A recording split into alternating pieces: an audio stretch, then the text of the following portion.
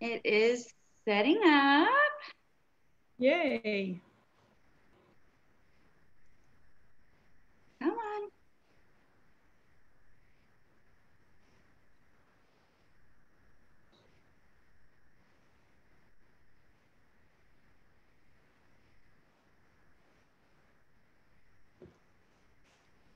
Are we rolling? Let me look from a different device and see if I can see us. Hold on. All right, sorry.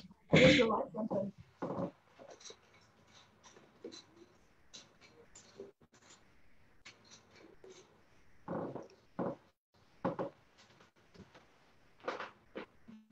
My computer, like tech. Okay, yes, we are live on Facebook. My technology's been really slow the last couple of days. I don't know if anybody else has experienced that, but what I'm hoping that we'll do, Mayor Gardner, is give it just a few minutes Sure. and let's see if we get really slow. I'm gonna mute that. Sorry. Let's see if we get some folks on. Um, I know it's a so busy night. Yeah, the county commission meeting and the school board meeting. yes, I know Yeah. it's so hard to not It's too many things overlap with going other on. Yeah. things, but No, got to it's do okay. it. This worked out for me. Thank you. So we've got Albert Polk is Yeah. on, Albert Polk the fourth. So hello, Hello, and I see Laura Smith is watching. So hey, Laura. Laura. My name is Hillary Heislope. I am the executive director with the Clewiston Chamber of Commerce, and I'm here with Mayor Molly Gardner. Molly is the mayor Hello. of America's sweetest town. So Yes, thanks for ma'am. taking some time out, Mayor Gardner, to sit and chat with us for a minute. Hey, Anita. I see Anita's watching. It looks like we've got some viewers, so we'll kind of just go ahead and get started. Okay. Gracie Luna says hi, so hi, Gracie. What we were hoping to do tonight, folks, was take this opportunity to give the public a chance to ask some questions of the mayor. Do you have questions? Do you have comments, concerns, just different things like that. We did get a few things submitted to us via email. So we'll go over those things. And then, of course, we have a few things that the mayor would like to address with us and that, you know, the chamber may want to ask, that kind of stuff too. So welcome. We're happy to have you. Drop your comments drop your questions or your comments in the comments below, and I'll do my best to, go through and try to hit all of them, kind of thing. Um, so Mayor Gardner, how long have you been a city commissioner? I've been on the city commission. First of all, Hillary, thank you so much for this opportunity. Absolutely. I love the opportunity to just chat and visit. And I've not done the live Zoom before, so it's kind of interesting. So a little This bit of is it. technology learning. Welcome. But I have been on the city commission since 1999. Okay, great. Yeah. So Great. been a few And years. what was it that, I mean, I know we didn't really talk about all this kind of stuff. You're probably going to be like, thanks a lot, Hillary. No, But no, that's fine. what I was used it to the that drew conversation. you to, what was it that drew you to run? Kind of, where did that push come from? I think several things, and I'll just share a little bit. I don't know if you know my story and how we got here, my family got here, but in 1961, we had to leave Cuba. And in leaving Cuba, my parents had to make a decision. And in coming here, growing up, I always heard about how important it was to be involved, to know about what's happening with government, to know what's happening in the community. And because of the fact that what happened in my family, I was always keenly interested in what the government was doing. Um, not so much as a child, and maybe not so much as through high school, I was aware of it, but afterwards, when I started working here in the community, I've been at the same work at First Bank since 1979. Mm-hmm. So I grew up listening to what was going on locally. And in 1999, there was a seat that came open. John Perry had decided to retire from the Clueston City Commission. This is John Perry Sr. And so I decided, it's an open seat. And so I went ahead and decided to run. And it's, I'll be honest with you, I didn't believe I would be here, in 2020 on the commission. But I'm hoping that more and more folks want to be involved, and especially the younger people. And in talking with them at different times, I think it's important to be very, very involved, whether it's for, a PTO meeting or PTA meeting, or whether it's, education, recreation, city government, county governments, local, state government. I think it's important to know what's going on in each of those areas. It Everything is. makes up our community. It is. I had a conversation with someone earlier in the day, and we were, just kind of talking about, different things happening around us and around the country and the world in general. And I said, a lot of times I feel like people write off like local politics. If we have an election that's not a presidential year, our voter turnout is significantly smaller, and people not write off local politics, but just don't find themselves quite as concerned with them. And in my opinion, local politics are really where we see change in our everyday life. Right. Whether it's your wallet or your community, that's where like real change comes from as a taxpayer. Does that make sense? It does. And years ago, I remember reading about Tip O'Neill. He was a Speaker of the House, and he said a quote, or said something, and it's become a very famous quote: "Is all politics is local."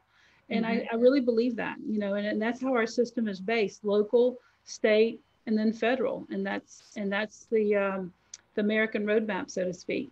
Yep. Yep. So we've got a couple people on. Let's acknowledge Gracie Luna. So I told you earlier, she said hi. Emily, excuse me, Emily Flores says, hi, Molly. We're grateful for you. Oh, thank you, Emily. It says that Stephen Stewart is watching. So, hey, Stephen. Oh, Stephen was Cape Coral, yeah. Yeah, he was an old board member of the Chamber of Commerce. So that's kind of cool. We miss him. And Pam Kelly. Hi, Pam. And Audie Kurtz and Gail Wiseman. Thanks, everybody, for joining us. I can't see all the names. I think I can only see like a limited number of them. But if anybody has questions or concerns or comments, I'll probably say this over and over throughout this. Drop them in the comments below, and we'll do our best to get to them. With that, Mayor Gardner, one question I've got for you right out of the gate. Sure. What's the best part of your job? Gosh, it's when somebody talks about this as a job, I don't see it as a job. I see it as what I love. I love this town. I shared earlier about coming here. We were so thankful that we found a safe haven in Clueston, and we grew up here and living the American dream, I should say.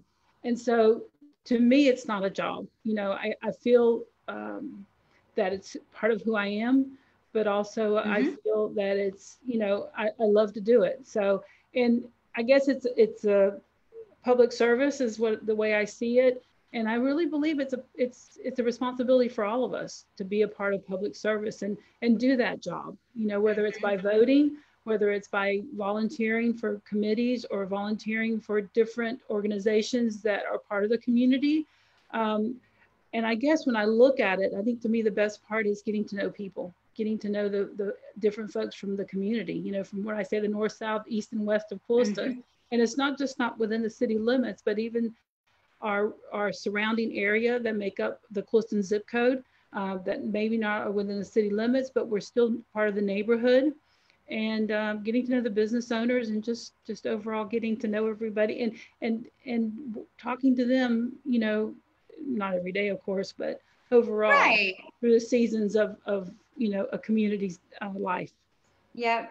Awesome. Well, I think that kind of answered a question that we had gotten submitted to about, why you love Clueston and that kind of thing. I think you kind of summed it all up in one fell swoop there.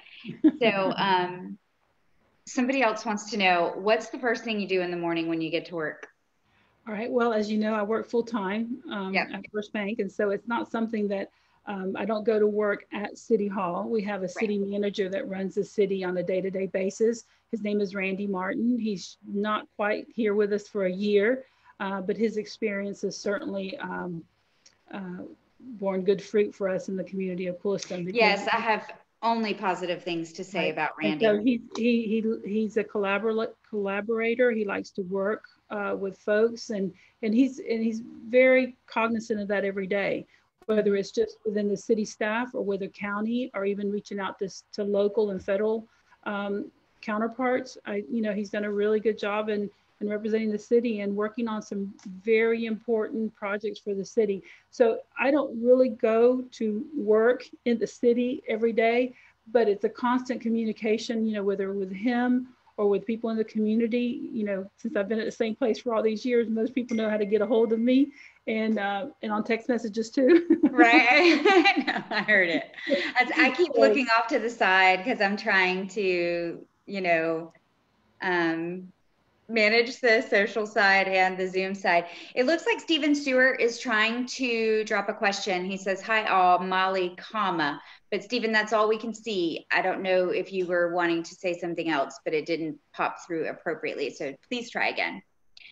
Um, and hey, Heather and Jenna. So we've got quite a few viewers, which is great. yay. Which is great. So, okay, but you still didn't answer the question. What's the Oh, first thing sorry. you do when you do get to work? Okay. Even Well, though it's at First Bank, it's not at the city. no, just get ready for the day. I'm usually trying to have a to-do list and things that I need to follow up from Are the you day a list before. person? Like you write it I out? am. I am. I have actually, and unfortunately, I have a lot of lists, I and so know, I I gotta, know. I'm a you know, list person too. I think it's the checking off part that I like so much. yeah. So that's basically it. Drink my coffee while I get ready for the morning, and I'm not so much seeing customers face to face. I'm more the back rooms because of the training and marketing that I do for First Bank. So Uh-huh. just making sure I'm keeping up with the projects. Awesome. Awesome. So tell us a little bit about how you think things, and I don't want to spend a whole heap load of time on this. I feel like it's anyway, tell us a little bit about how you feel everything is going now that we're, have reopened stuff. We've got our restaurants at a higher capacity. We're testing at a much higher rate Right. than we were previously. So talk to us a little bit about COVID update. Yeah, and Hillary, of course, there's so much information out there, not only Right. for us at a local level, but as you look at overall Hendry County, because this is, because it was a pandemic, an epidemic, and it had to do with health. Hendry County is the lead agency with the Hendry County Emergency Management and the Florida Department of Health, which is, we do have a Hendry County Department of Health. So when we look at it, it's been 80, today would be, I guess, 81 days since this started, since our first case. And it was just a little bit more Seems before like that. forever though, You know, doesn't it? I know, but the state course started out way ahead of us, with Sure. cases and stuff. And so, and as being in a rural community, a lot of things take a little bit of time before they get here. And that to me was, I think my biggest concern was about the testing.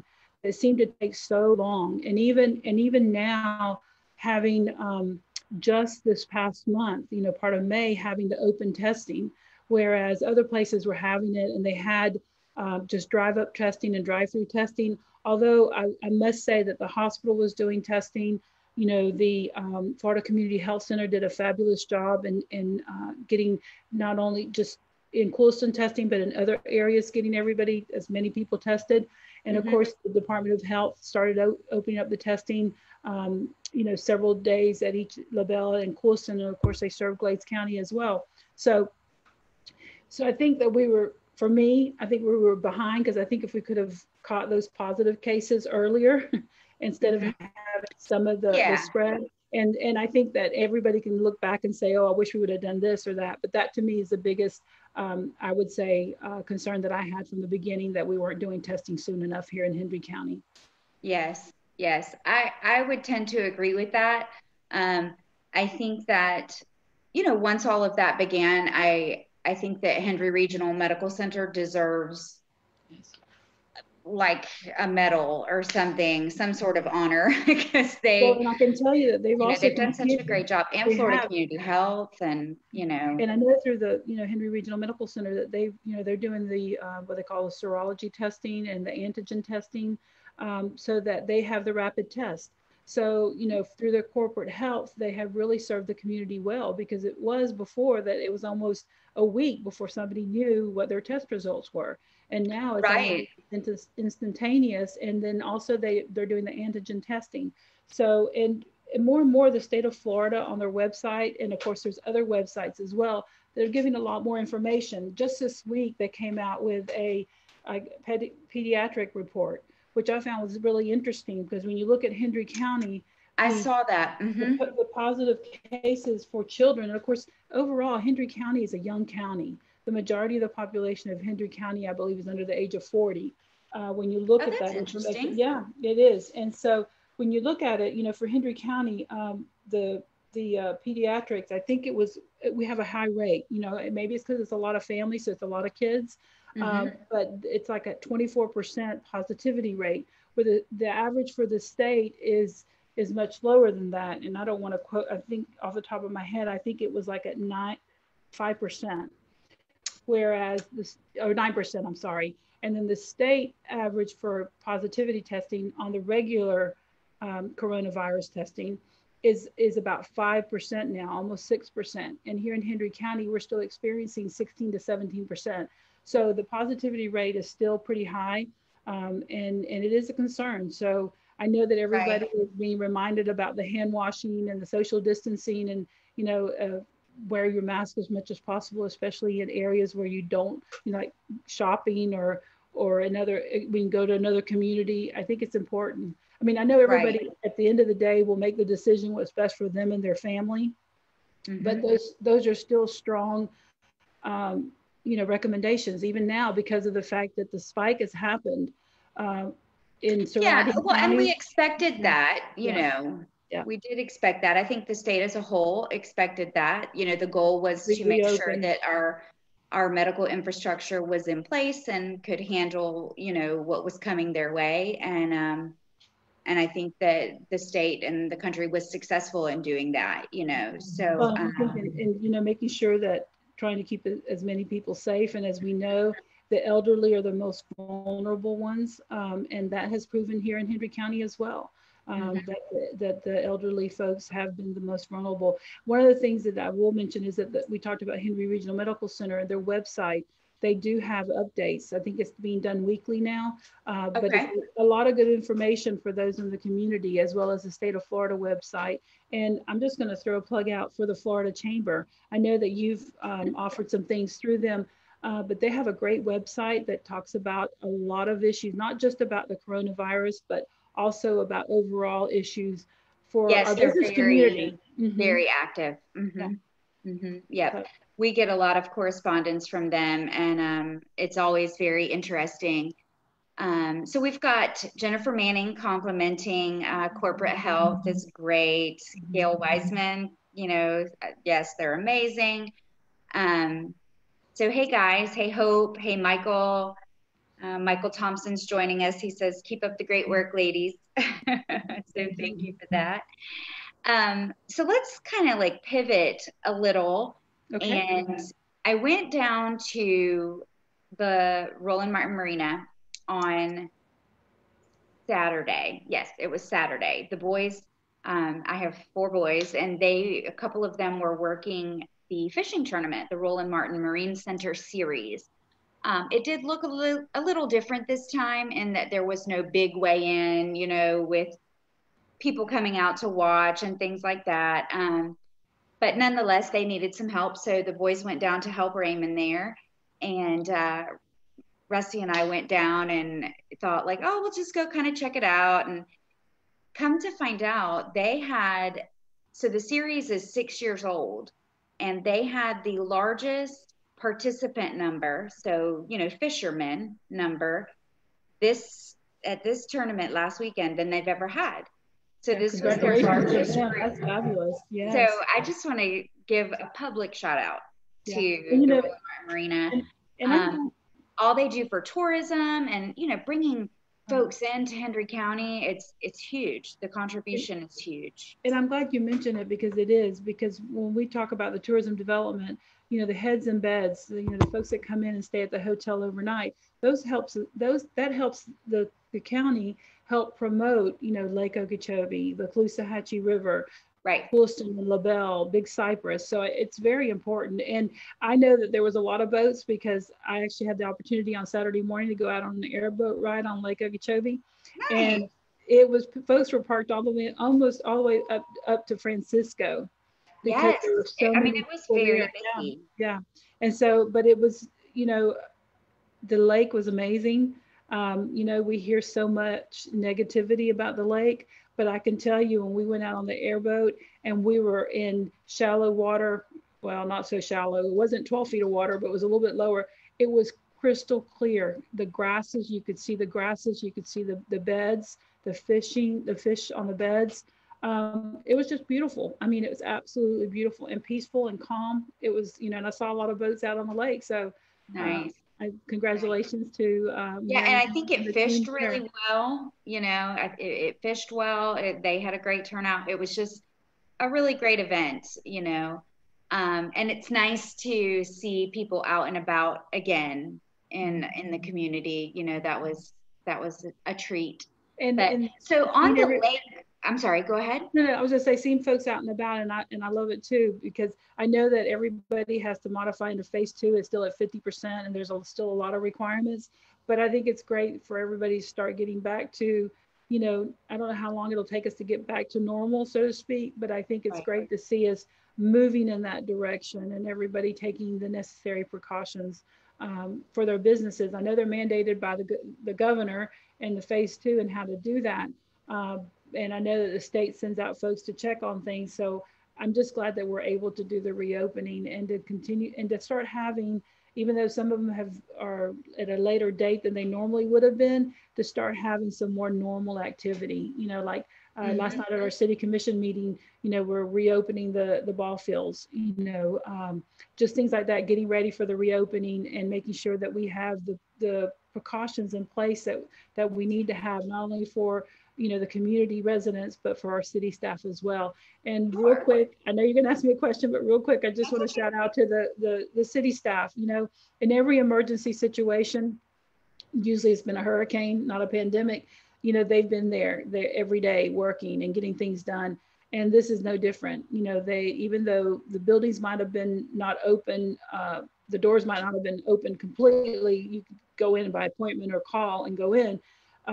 The city staff was working, picking up garbage, responding to the emergency calls. Our electric was on, water, going, just things kept working as normal. And I think that I applaud them for all that. Absolutely. Absolutely. I'm glad that you mentioned that because yes, people come in our office as a tourism stop, not just a chamber of commerce and, looking for things to do. And we get comments regularly about how clean our community is. And I think when you live here, you forget to see things like that. You just kind of, I mean, this is what we see every day, so we don't pay it too much mind. But outside people I'm coming always in, on litter patrol. That's one of my pet peeves is litter. So yes, I'm always on yes, that. it's So awful. I think People you are people are crazy. yeah, I Um, interrupted you. I think you were asking about the lake. I'm sorry. We were talking about that and I was just yeah, so on the lake, or on that topic anyway, talk to us a little bit about our lake levels and what we're kind of looking forward to from this point, even including what's going on on the dike, where our residents and folks can't drive up there, and how long we expect it to be like that kind of thing. let me start on that. That is the Herbert Hoover Dike Rehabilitation Project. It's the strengthening of the levee, which is very important because we know it during every hurricane season, the fragility of the dike was an issue. And we've even with Hurricane Irma, that was a mandatory evacuation order because they were concerned with the construction and also the water coming over the levee. And it's been years since we've been actually concerned about a breach, but nevertheless, we never know what might happen. I know with Sure. Wilma, that was a concern with the north wind, and the wave action on the levee itself. So that project was funded by, of course, the Corps of Engineers, but Senator Scott, when he was Governor Scott, put in with the legislators, they put in money to get this project done by 2022.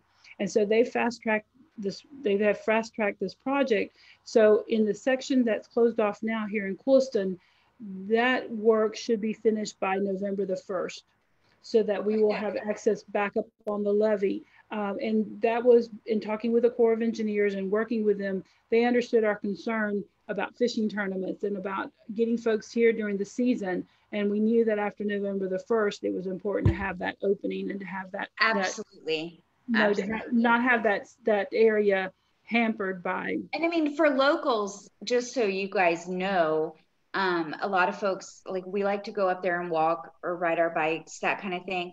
And all we do is go on the other side, I mean, we park either in the one of the two spots that Army Corps has out there, or in the cemetery, Right, and and then just kind walk of up. walk up. So Yeah, it's still accessible to us. It just looks different, much like it's not the lots of same. things in our It's life not the today. same, right? Yeah, it's not the same as being able just to drive up there. So hopefully after November 1st, we'll have that opportunity again. Good I deal. know that they're working closely with the city to make sure to hopefully make that November 1st date. Good, good. Well, we look forward to that for sure. So on lake levels, what are we Well, right now looking the like? lake is a little over 12 feet, and we had some concerns. We were under 11, and we knew that it would impact us. And the thing is, the operation of Lake Okeechobee, that is the Corps of Engineers. And so over the past several years, there's been a lot of discussion about what is the right lake level for Lake Okeechobee water level. And they have a series of meetings right now, which is LOSUM, which is is just an abbreviation for Lake Okeechobee Systems Operation Management. That might not be exactly correct, but it's about manage the new way to manage Lake Okeechobee water levels, taking into consideration the work that's being done on the Herbert Hoover Dike, the C-43, the C-44, the Right. Kissimmee River restoration. And so when you look at Water Management District's website, they have a graphic on there, and I'll share it with you so that maybe you can share it with the chamber members. But Sure. it talks about Lake Okeechobee and its water levels and what happens at 11 feet, what happens at 12, what happens at 15, what happens at 18. Because years ago, the lake did reach 18 feet. And so 11 feet's not good, 18 feet's not good. They said that the best management of Lake Okeechobee is between 12 and a half and 15 and a half feet. It's Right. good for the ecology. It's good for our water users, whether it's utilities or whether it's our farmers. It's critical to have that 12 and a half to 15 and a half. And what we've seen over the last several years is that there's been a push to keep the lake at a lower level. And that to me is very, Right. Artificially as low. a fish, yeah, artificially low fishing and farming town, we rely on Lake Okeechobee. It is, I think when you think about our future, it's tied to the lake, and it's what management of the lake, and that we make sure that our water users, that they're, what they have been permitted, that they have the ability to get that. And you have to, it has to be maintained correctly. And so through the years, we've discussed, what's good, what's bad. But again, going back with the science, 12 and a half to 15 and a half feet of a lake is really good. And it's good for not only for the fishing on the Lake Okeechobee, but the birding on Lake Okeechobee. For the past 2 years, the endangered snail kite has not been able to nest on Lake Okeechobee. They've had to go other places.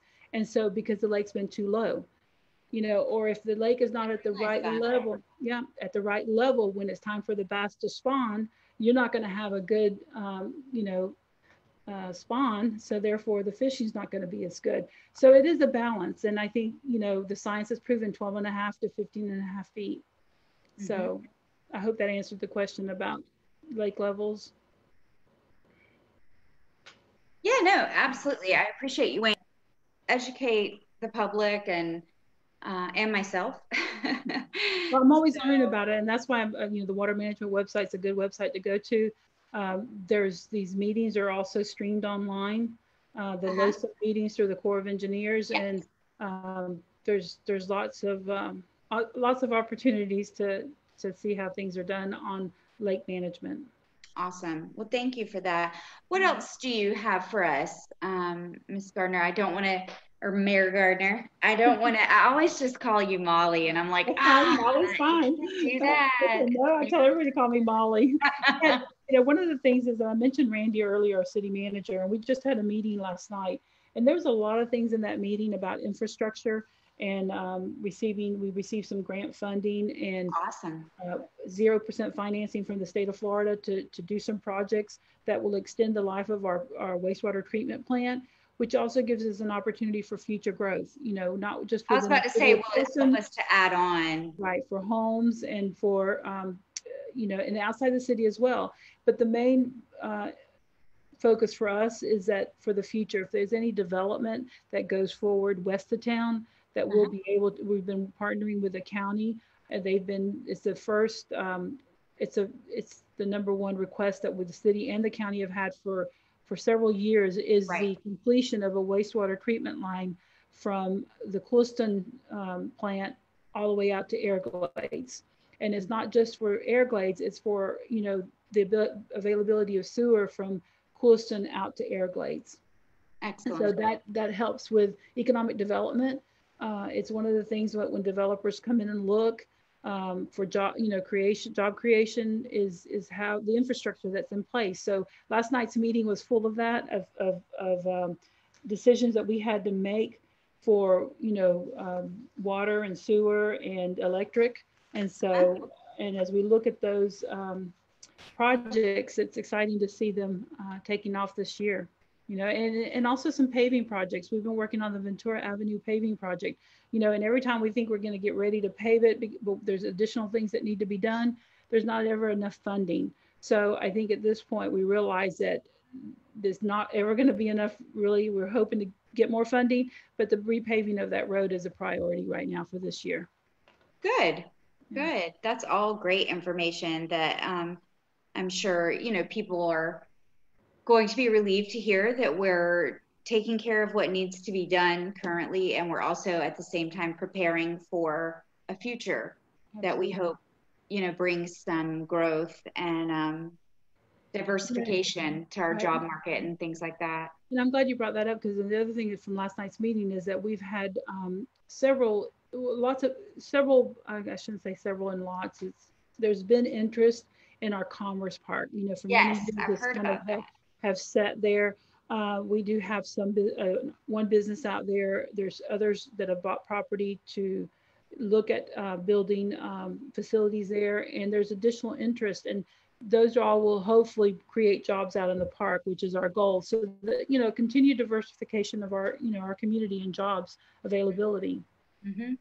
Yeah, I saw that. I saw that. That was pretty exciting to see that there are people, companies looking at coming in. I know that some of them will bring some workforce with them, but they will also be, looking to hire workforce. And I know that's something that Keitha from Hendry County Economic Development has been working on is, how she can, how the EDC can help to prepare that workforce and The skills. that we're ready to meet that need when it arises.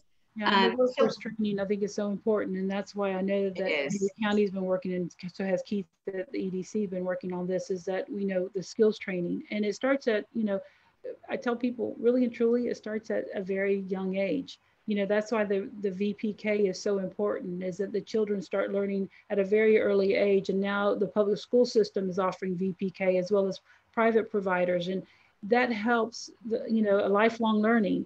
And I know that the county's been working with Glades County, to have some opportunities. And even private employers, our largest employer in the area is US Sugar, and they've had some in-house training and some work that's being done there through also the adult school. So I think we all realize the importance of improving our skills, Right. whether it's on the computer like Zoom or, And learning something you new know, every day. yeah, or Never stop workforce skills. learning. Yeah. But So it's these are good jobs. They're high skill, high wage positions. And there are quite a few vacant in our community. There are jobs available here. Um, and like just working that skills trade side is huge because those are good jobs. They're good, yeah, and Hillary, one of the things, solid, especially secure, well-paying jobs. absolutely, and you want to look at benefits, and I think that those are being offered right here in our community, and so I Yeah, think it's great. I think that I know that a lot of I know I did it going off to college and then coming back. I think you don't realize at that age what a wealth of opportunities we have right here. Could we have more? Absolutely, but there are good jobs that are here, and that can provide a great um, resource for an individual or family. So one agreed. of the things that I realized, when we went through the very first part of the pandemic, about the essential workers. There were and our community was filled with essential workers, and I was so happy to see that because really we kept working. The most for a lot of our folks in our community, we kept working. Whether it was at a grocery store, or Walmart, as we know, is our number one store for grocery shopping. We have others, but that's basically the biggest one. Our banks, the um, the farm workers, that they kept working and bringing the food to the market and to the table because there was such a need, and his families didn't have that income that they were able to provide and give through nonprofits. And to me, I was so proud, even though it was quietly because I was kind of behind the office in the office, so to speak, and nobody was really out and about. We're just proud of our community because we do have so many essential workers that provided so much, not only to Coolston and to Hendry County, but to the But to the region country. and Mhm. also to other areas of the state. And so I know that during hurricane time, when we've had some storms, I've seen the best of our community. And through this pandemic, I have, and everything that we've gone through, I've seen again the best of our community, the people working together to provide what the resources they have to somebody who might not have those resources. Yep. Yep. I And while we're agree. talking about essential workers, I just want to applaud the educators because they're amazing, being Oh able my to continue gosh. doing what they were doing. And you know, I did my student teaching and walked out and went back to the bank. So I know how You're like, difficult it nope. is. Just I kidding. know in the classroom, but having to do that virtually, just amazing. So I applaud It them for the really was. effort. I was talking to another parent about it the other day, and we were saying how something that could have been so, my kids go to Close Christian School. Mhm. Shout out to a chamber member. Something that could have been so hard to navigate and figure out, hard for the students, hard for the parents. And I think that the public school did the same thing. They just made that transition so easy. Right. So yes, they definitely Yeah. need to be applauded for the And way cheering all the of that was students on to learn. Yeah, cheering the students on. I mean, I know there was parades. I know that there was online learning, of course, and there was probably things that they did. Just hearing bits and pieces, and just handled. parents themselves having to do things that it's been a long time since some of them were in the classroom, but having to help, their children. So, Yeah, somebody asked me like, "How are you doing?" I said, "Well, I'm doing schoolwork from a college, sophomore all the way down to an eighth grader. So I'm not doing so sporty." It was a lot. difficult But day for so we sure. had some other viewers. Ryan Duffy says, Molly, thank you for being such a passionate advocate for our community. And I think that Thanks, pretty much Ryan. sums you up perfectly, in my opinion. A passionate advocate for our community. That's a really great way to put it, Ryan. So thank you for that. Yes, thank you Um, so much. Anything else that you want to touch on? Anything you guys have coming up? I know the summer typically slows down pretty good. Mhm. Um, I think it's of course we've had months of really just slowing down because there wasn't a Yeah. lot of activity that we could be participating in. I think as we go into, as we look into the fall, I think that there's still going to be those opportunities for families to continue to strengthen together.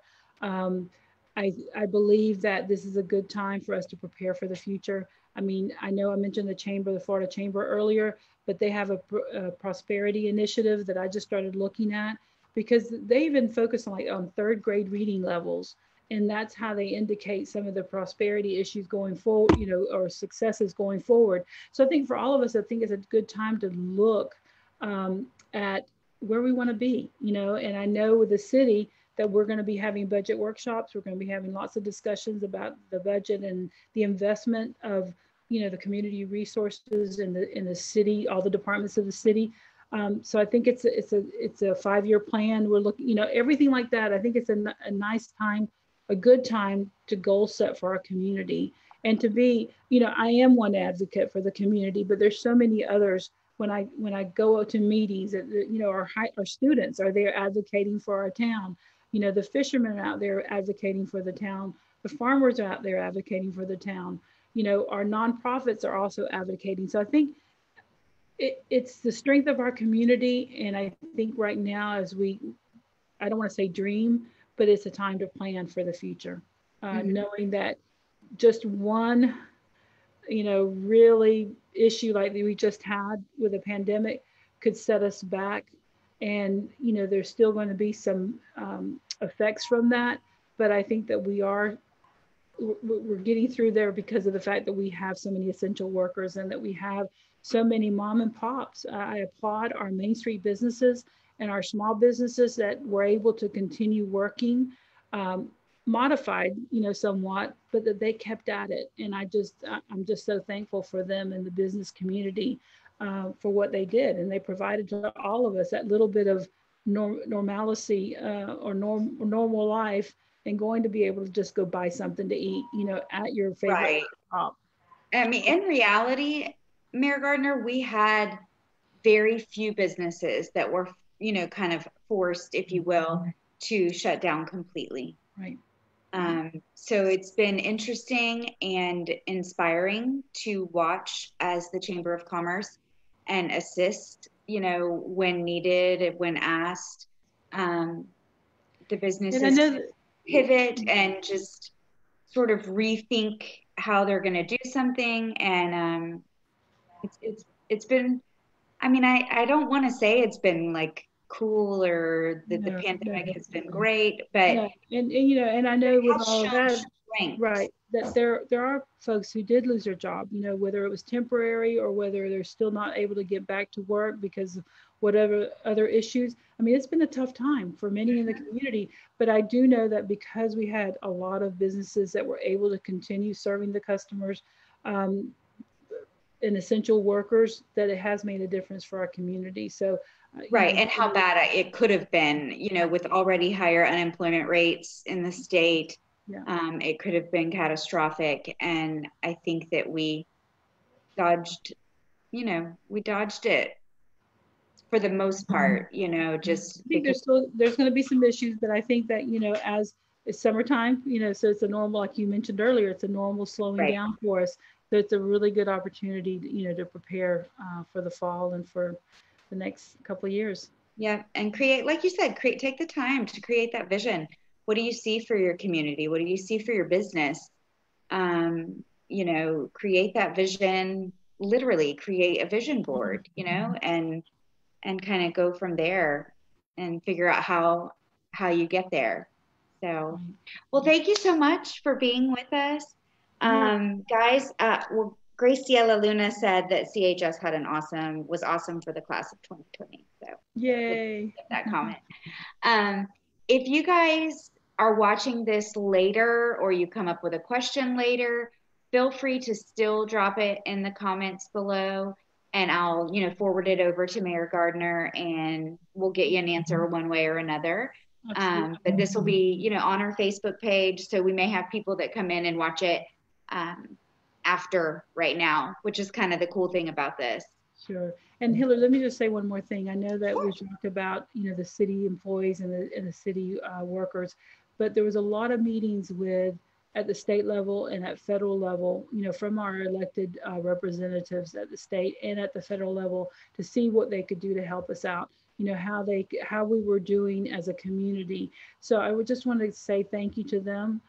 Yep. Because they did check on us. They did want to make sure that we were getting the resources that we needed, what we needed in the community. So I was very thankful for them, and Yeah. that they certainly have represented us well. And they always do consistently. We are very fortunate with our electeds, both at the state and federal level. Um, Absolutely. like Diaz-Balart's team comes to Yeah. mind immediately, and just how amazing they are to our community. Right. You And know, and Senator Scott, yep. he visited us just before that. His staff has been checking with us. Also, Senator Rubio's office, they're Hmm. also checking with us. And of course, our state senator Kathleen Pasadomo and our representative Byron Donalds. Byron. Yeah, and of course, without saying, Congressman Mario Diaz-Balart, his team is always checking with us and seeing what they can do to help us out as well. Yeah. And so they're great resources for our community. So I just wanted to thank them, um, that they were there for us. And Jennifer Manning would like to thank or give a shout out in her words to our local law enforcement officers. So Yeah, I think without a that's doubt. probably pretty well deserved right now, too. Absolutely, that we appreciate them so much. Yeah. Yes, And we do. so they're Certainly. they're constantly, on the streets watching out for us. So we appreciate that. Yeah, absolutely. Absolutely. Okay. Well, thanks, guys, for joining us. And we will see you. This was the first of our Inquiring Minds Want to Know series. So even if you have somebody else that you'd like for us to interview over the summer, drop that in the comments below, and we'll do our best to make that happen. Um, but anyway, bye, guys. Bye, Thanks, Mayor Gardner. Lori. Thank you. Yes, thank you.